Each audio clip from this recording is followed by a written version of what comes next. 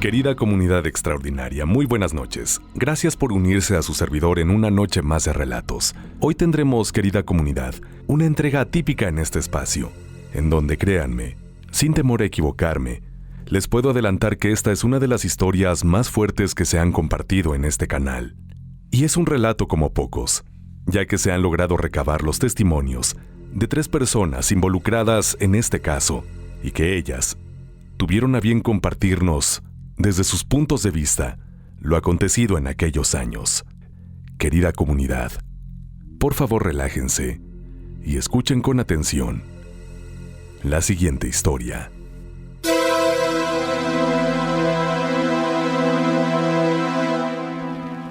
El Instituto de Salud Mental, la nueva reclusa, el guardia. Lo que estoy a punto de contar es algo que creí que me llevaría a la tumba. Pero ahora me doy cuenta de que no puedo morir sin contarle esto al mundo. Por consideración con aquel instituto que me dio trabajo por mucho tiempo, no diré su nombre, pero sí que ocurrió en Ciudad de México. En la década de 1980, fue algo que hasta el sol de hoy sigue siendo un gran misterio para mí. Por eso quiero relatar hasta donde yo pude saber. Soy Emiliano, y esto fue lo que sucedió. Era guardia de seguridad para aquel entonces, pero me encontraba desempleado. Me inquietaba todo eso porque vivía solo con mi madre, y ella necesitaba medicamentos con mucha urgencia. Fue entonces cuando supe de un instituto mental que manejaba esos fármacos, así que me puse en contacto con el que era director en ese entonces. El hombre amablemente me dijo que no solo me ayudaría con los medicamentos, sino también con mi situación de desempleado. Me puso a trabajar ahí, advirtiéndome que los horarios no serían tan considerados, pero la paga lo valía. Ambas cosas las terminé confirmando dentro de poco. Era mi primera vez trabajando en un lugar como ese, pero me decía a mí mismo que me tenía que adaptar, porque era la mejor oportunidad que se me podía presentar. Tanto que los medicamentos de mi madre no los pagaba, sino que me los regalaban. El director me dijo que eran tantas las dosis que recibían, que al final terminaban venciéndose. Le agradecí todo el tiempo que estuve ahí por este gran gesto conmigo y con mi vieja. He de admitir que adaptarme fue algo que nunca sucedió. Sobrellevaba la situación y cada escena, pero siempre terminaba pasando algo nuevo e impredecible. Los pacientes que ahí llegaban eran personas a las que nadie quería en sus casas. Los terminaban abandonando y firmando un documento que estoy seguro que ni se tomaban la molestia de leer. A veces me preguntaba si esos reclusas tenían oportunidad de ser salvados. Y los defino como eso porque los privaban de su libertad completamente y sin ningún tipo de consideración. No voy a mentir, algunos los trataban peor que animales, y para controlarlos, los maltrataban electrocutándolos, golpeándolos o a veces dándoles algún sedante. Aquí es donde la cosa se pone turbia. Yo terminé siendo parte de una corrupción muy grande entre un doctor del instituto, las psicólogas y el mismo director del lugar. Utilizaban a aquellos pacientes que las familias abandonaban para experimentar con ellos sobre los trastornos que padecían con la intención de curarlos, pero era a costa de sus vidas o de una tortura inhumana. Las cosas que les hacían eran atroces. Solo fui capaz de presenciar una sesión de esas y no lo soporté. Todavía es la hora y tengo pesadillas con eso. Por dicha razón, preferí mantener el silencio para seguir gozando del privilegio de mi trabajo y los medicamentos que le daban a mi madre. Cada que alguien moría, los diagnosticaban con algo que no padecían y alteraban la causa de muerte antes de entregar el cuerpo a sus familiares. Una cosa atroz y sin perdón de Dios. Fue entonces cuando llegó aquella niña, Juliet. No sé cuántos años tenía, No debía pasar de los 15. Nadie sabía lo que padecía porque se veía como una persona normal. El director me contó que había sido trasladada desde otra institución, que dio la autorización para hacer con ella lo que fuera necesario. La familia ya no tenía la custodia de ella, debido a que le quitó la vida a su propio padre. Una noche que la madre y la hermana catalogaron como aterradora y escalofriante. Aún recuerdo el momento en que la vi por primera vez. Parecía tan inocente. No me negaba a creer que pudiera padecer algo, pero pronto comenzaron esos episodios donde demostró ser el peor peligro que pudiera haber entrado en ese instituto. Le asignaron una compañera de cuarto, una chica sumida en depresión, que se le estaba controlando con medicamentos y todo eso. Un día, la encontraron crucificada en el piso. Juliet lo hizo. Todos se quedaron asombrados y sin saber cómo fue capaz de conseguir los clavos o el martillo para clavárselos en las muñecas y los pies. Indagando, descubrieron que nunca hubo tal martillo, pero era imposible que hiciera todo eso con sus propias manos, y sola menos. Por mucho que se indagó, no se supo mucho de eso, y terminaron poniéndola en una habitación sola, donde nadie quería entrar. Tengo entendido que se terminó haciendo amiga de la muchacha que hacía el aseo, pero todos la catalogaron pronto también de lunática. El director la estimaba, así que prohibió que se le dijera así. Los decesos en el instituto no se detuvieron. Juliet quitaba vidas, aún sin tocar a las víctimas, y nadie sabía cómo lo hacía. Recuerdo a aquella señora que le tocaba llevarle la comida, y cómo las puertas no tenían ventanas ni nada. Para pasar el plato tocaba entrar. Me pidió que la acompañara y eso hice. Al poner la comida sobre la pequeña mesa de noche, Juliet le dijo con una voz suave que tuviera cuidado con la lámpara. Y segundos después, la que alumbraba el cuarto palpitó. Y nos aterramos mucho, pero nada pasó. Los dos salimos con el corazón acelerado, y le dije que cada que le tocara entrar me llamara para poder ser testigo de cualquier cosa que pasara.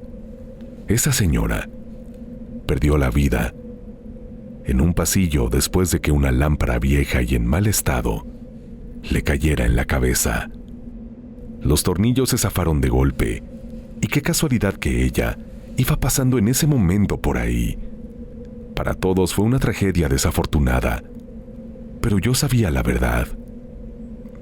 Me callé, porque no quería que me consideraran loco, ni mucho menos quería problemas con los familiares de la señora.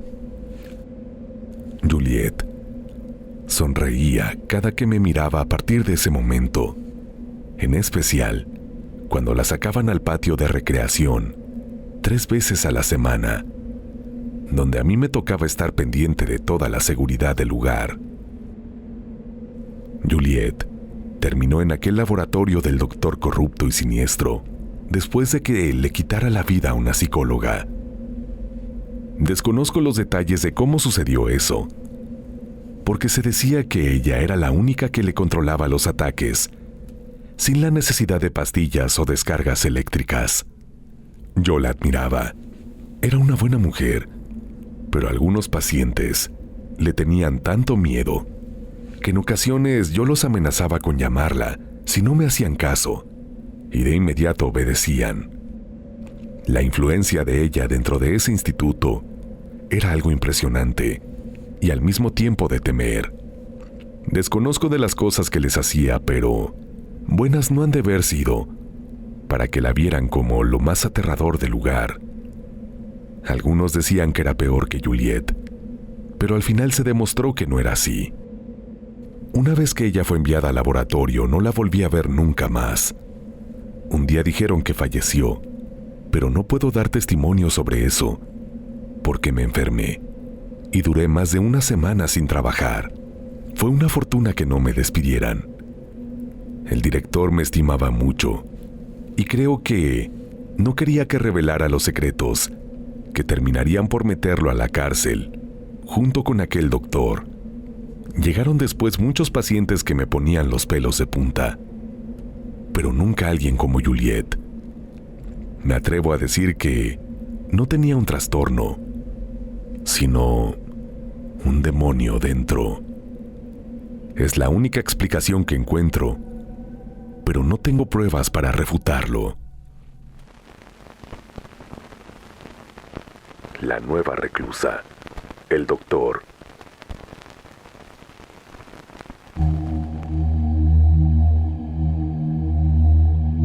Soy doctor a punto de pensionarme y he de admitir que he cargado con un gran peso sobre mis hombros por mucho tiempo.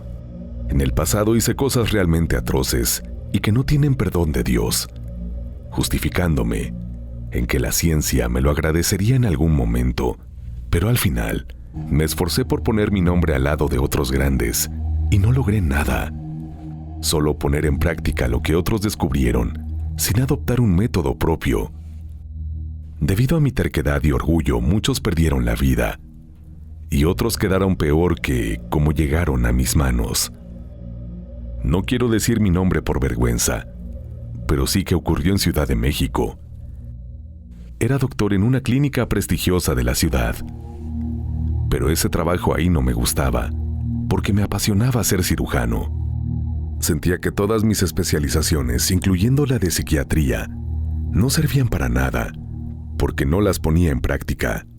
Me levantaba cada mañana pensando en lo que haría con mi vida, y fue entonces cuando llegó el director de un instituto mental, muy conocido, a decirme que tenía un puesto especial para mí, y que requería de todo mi conocimiento para que todo saliera bien. Me brillaron los ojos al escuchar esas palabras. Una vez que me habló del sueldo y la libertad que tendría a la hora de trabajar, renuncié a la clínica, y a los días ya me hallaba en el instituto trabajando.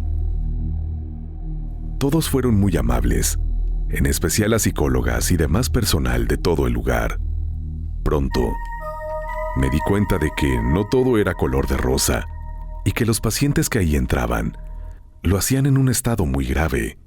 Vi condiciones de trastornos mentales tan extremos que apenas había leído sobre ellos y no tenía experiencia porque no me había tocado a alguien así. A pesar de todo, seguía con el entusiasmo de querer aprender más y hasta ser un experto. Luego llegó la desilusión de saber que ahí torturaban a muchos pacientes por mero gusto y placer. Había maldad en todos, incluso en algunos guardias y personal de aseo. Solo unos pocos se salvaban, incluyendo a las cocineras. Algunos decían que eran monjas, que echaron de su convento por hacer cosas indebidas, y que fue misericordioso por parte del director aceptarlas ahí. Pronto esa maldad terminó consumiéndome, y el director me asignó un laboratorio en el último piso subterráneo, confesándome que algunos pacientes llegaban y eran abandonados por sus familias, y que firmaban un documento donde nos daban completa libertad de hacerles lo que se nos diera la gana. Era lo ilegal, transformado en lo legal, pero solo en apariencia. Me dejé llevar bajo el pretexto de que con el sacrificio de algunos ayudaría a muchos otros, y así comenzó todo. Pronto mi laboratorio se ganó la reputación de que todo aquel que llegaba a este era porque Dios lo había abandonado, y no era mentira. No tenía ninguna prudencia ni delicadeza para hacer lo que quería. Escuchaba los gritos de todos aquellos que me rogaban que los dejara ir, pero no les hacía caso. Al final, eso me terminó gustando, y disfrutaba del dolor que les hacía a los demás, pero frustrándome al no poder conseguir avances significativos. El director me dejaba hacer de todo porque con cada paciente muerto era un buen dinero que le entraba al instituto. En especial, cuando yo alteraba la causa de muerte, y él afirmaba que era porque se necesitaba dinero para mejores medicamentos, equipos y ampliar más las instalaciones. Nunca supe si eso lo financiaba el gobierno o quién sabe quién, pero las cosas siempre salían como quería. Hasta que llegó ella, Juliet. Cuando me informaron de ella, no era nadie especial, solo otra niña que sus padres no querían lidiar con ella, pero tenía algo diferente.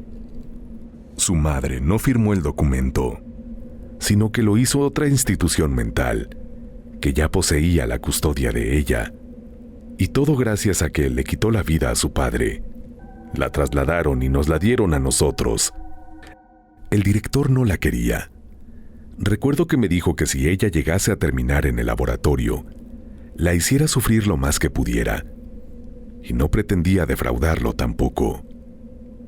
Recuerdo que solo me tomó analizarla 2 veces para decretar que ella no padecía de ningún trastorno. No estaba loca, pero tenía algo que a ciencia cierta no podía explicar. Creí que al principio era un trastorno de identidad disociativo, y eso debido a que regularmente me hablaba con una voz diferente, alegando a que me haría daño y que si me descuidaba, mi alma ardería en el infierno para siempre. Fue entonces cuando indagué sobre el testimonio de la madre y la hermana. Ahí leí que, según ellas, la niña actuaba de forma violenta de repente y con ganas de arrebatarle la vida a personas, y que todo fue porque fue a un paseo con sus tíos, donde estos perdieron la vida a manos de una pareja satánica. Esta pareja atentaron contra su propia existencia, y ella fue hallada con el líquido rojo proveniente de ellos. Ahí le encontré respuesta a todo. No estaba loca, sino poseída. Eso se me salía de las manos. Por eso en primera instancia se la dejé a las psicólogas, para que hicieran con ella lo que pudieran. El caos comenzó sin avisar. Pacientes y personal de limpieza comenzaron a ser torturados por ella. Se decía que su voz demoníaca hacía que el cuerpo se estremeciera y que las piernas perdieran la fuerza para mantener a cualquiera de pie. Luego comenzaron las muertes polémicas. Ella cometía esos homicidios sin siquiera tener contacto con la víctima, ni tocarla. Bastaba verla. La ciencia o la medicina no podían curarla porque nadie sabía hacer exorcismos, y a juzgar por su condición, me atrevo a decir que ni eso la salvaría. Ella cometía esos homicidios sin siquiera tener contacto con la víctima, ni tocarla. Bastaba con verla. La ciencia o la medicina no podían curarla porque nadie sabía hacer exorcismos, y a juzgar por su condición, me atrevo a decir que ni eso la salvaría. El director la envió a mi laboratorio, después de que acabó con la vida con la mejor psicóloga que pudo haber tenido el lugar. Fue una pena, algo desafortunado que ninguno quería que pasara. Una vez que me la llevaron, la amarré a la camilla y la inspeccioné. Al despertar se echó a reír, diciéndome que esperaba verme de nuevo y que con él, entre comillas, pagaría todas las que le hice a los inocentes que cayeron en mis manos. Sabía todo sobre mí, dejándome claro que sí era un ente del infierno. De terco me puse a indagar a ver si había algo que yo pudiera hacer por ella, mediante todo mi conocimiento. Pero era en vano. Los sedantes dejaron de funcionar, y su cuerpo no reaccionaba a los estímulos eléctricos. Me aterraba. Nunca me sentí así 2 veces en mi vida. Las lámparas parpadeaban, y me preguntaba si me acordaba de aquella señora a la que le cayó una lámpara encima caminando por un pasillo. En resumidas cuentas me confesó que ella, o él, fue quien terminó con su existencia.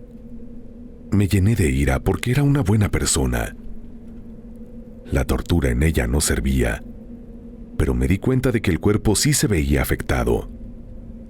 El problema era la mente, que no lo demostraba, Y todo gracias a ese demonio. Las cosas del laboratorio comenzaron a moverse por sí solas, a ser lanzadas por los aires en dirección a mí, de una manera muy violenta y todo. Solo tuve una opción, y aunque dudé, lo hice. La mandé al otro mundo. Esa niña era un peligro para todos. No podía permitir que saliera de ahí con vida, porque no tenía idea del poder de aquello que albergaba. El demonio se fue en cuanto hice lo que hice, y con eso me aseguré que no atormentara más. Alteré la causa de muerte, y sí, la diagnostiqué con algo. El cuerpo se le entregó a la madre, según supe. La hermana no quería saber nada de ella, porque le seguía teniendo miedo, y hacía bien. Jamás tuve otro caso como ese, y me hizo reconsiderar tanto que en 2 años dejé de trabajar para ese instituto mental, perdiendo contacto con todos. La nueva reclusa, la chica del aseo.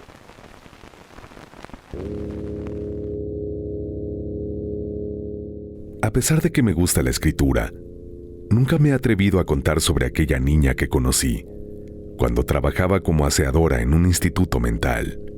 No sé si decir que la considero mucho. Ella me aterraba, pero me he sentido con un nudo en la garganta últimamente debido a eso, y quiero soltarlo todo, revelando todo lo que llegué a saber. Esta niña se llamaba Juliet. Estaba desempleada y desesperada porque en casa no hacían nada, y entonces mi madre me comentó que tenía una amiga que trabajaba en un instituto mental en Ciudad de México, donde vivíamos. Hablé con esa señora y me dijo que me ayudaría, pero que debía ser fuerte mentalmente, porque las cosas que vería ahí me marcarían para siempre, pero solo si lo permitiera. Acepté el reto, y he de confesar que ojalá no lo hubiera hecho.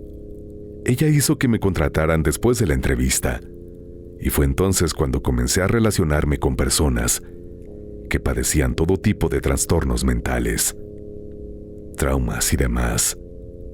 Se veía de todo, desde aquellos que eran muy amables hasta los que eran exageradamente agresivos.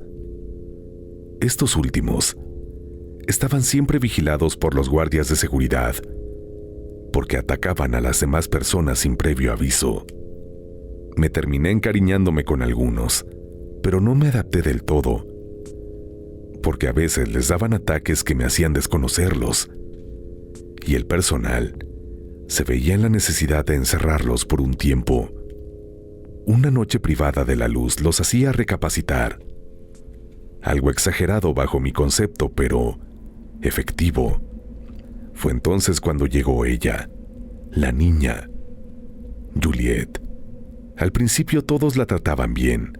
Es que era muy hermosa, cariñosa y amable. Yo evitaba acercarme porque desde siempre tuve el presentimiento de que eso solo era una fachada para ocultar lo que realmente tenía. Las cocineras eran las más chismosas y aseguraban que su familia la había abandonado. Pero por otro lado, supe que fue trasladada por otro instituto mental que poseía la custodia en lugar de la familia. El porqué era desconocido para mí. Después de todo, solo hacía el aseo y eso. En tan solo una semana, se hicieron presentes todo tipo de actividades paranormales en las instalaciones. Recuerdo aquella vez que unas chicas se metieron con Juliet para ser bañadas todas en grupo y salieron corriendo por el pasillo gritando que el diablo estaba suelto en las duchas. Cuando llegaron encontraron a una niña inocente, de rodillas, orándole a quién sabe quién. Los guardias afirmaron que no le entendían la lengua, pero nunca se confirmó su habilidad para hablar otro idioma. Lo negó hasta el final. Luego le quitó la vida a su compañera de cuarto, crucificándola en el piso. Nunca vi la escena, pero todos lo decían. Comencé a creer que fue verdad. Después de eso, la siguiente víctima fue aquella señora que me consiguió el trabajo como aseadora. Le cayó una lámpara encima mientras caminaba por el pasillo. Un guardia de seguridad me dijo que Juliet le había advertido que tuviera cuidado con la lámpara, pero era imposible saber con cuál. El terror se apoderó de todos, al punto en que los mismos pacientes molestaban a otros diciéndoles que si se portaban mal, entonces llamarían a Juliet, y eso los hacía obedecer. Hubo una vez en que una señora muy demente lo dijo, y ella misma se puso a llorar, rogando que por favor no le dijeran a la niña que ella había pronunciado su nombre. Las psicólogas eran las únicas que se reían de eso, pero creo que eran muy ignorantes. Tal vez tenían más miedo que el resto, pero no querían aparentarlo. Algunas eran vanidosas. Fue entonces cuando el director terminó haciendo lo que yo menos quería: asignarme al cuarto de Juliet para que lo limpiara todos los días y en su presencia. La primera semana fue una tortura para mí, hasta que un día me llamó por mi nombre sin yo habérselo revelado. Casi me da algo, y entonces dijo que yo le recordaba a su hermana. Me pidió que me sentara con ella, y ni modo de desobedecerla. Me confesó que ella no estaba loca, que solo había tenido mala suerte. Cada vez que me preguntaba si yo le creía, asentía con la cabeza. Estaba tan asustada que no me atrevía a hablar. Al rato me confesó que todo cambió cuando sus tíos la llevaron de paseo, y en la cabaña se metió una pareja que les quitó la vida para luego atentar contra su propia existencia. La sangre de ellos la bañó a ella. El líquido rojo de ellos la bañó a ella. Y desde ahí todo cambió, porque reveló que algo entró a su cuerpo y que se negaba a salir. Decía que no la dejaba orar y que solo de vez en cuando le permitía hacer lo que ella quisiera, pero le gustaba hacerle daño a la gente, de modo que le quitó la vida a su propio padre. Su madre y su hermana terminaron despreciándola, según sus palabras. Yo le decía que iba a orar por ella, y entonces su mirada cambió. Ahí supe que no debía haber dicho eso. Me gritó con una voz muy gruesa que me largara. Algo impactante. Salí corriendo buscando refugio en una de las psicólogas. La última vez que vi a Juliet fue cuando la mejor psicóloga de ahí me pidió que entrara con ella para una sesión porque no quería hacerlo sola. Terminó tocando temas profundos de la niña, una idea que le salió cara. Eso la molestó mucho. Y entonces vi con mis propios ojos como cuando la inocente psicóloga levitó de la nada y fue estrellada contra la pared por algo que no podía ver. Una fuerza invisible. Las venas de Juliet se tornaron negras y se le veía por toda la cara. Yo salí corriendo a contar lo que pasó, y a la niña la internaron en una habitación subterránea donde nadie tenía permitido ir. Decían que aquel que bajara terminaría en la cárcel o en el otro mundo. Murió tiempo después por algo mental, según supe, y la madre recogió el cuerpo.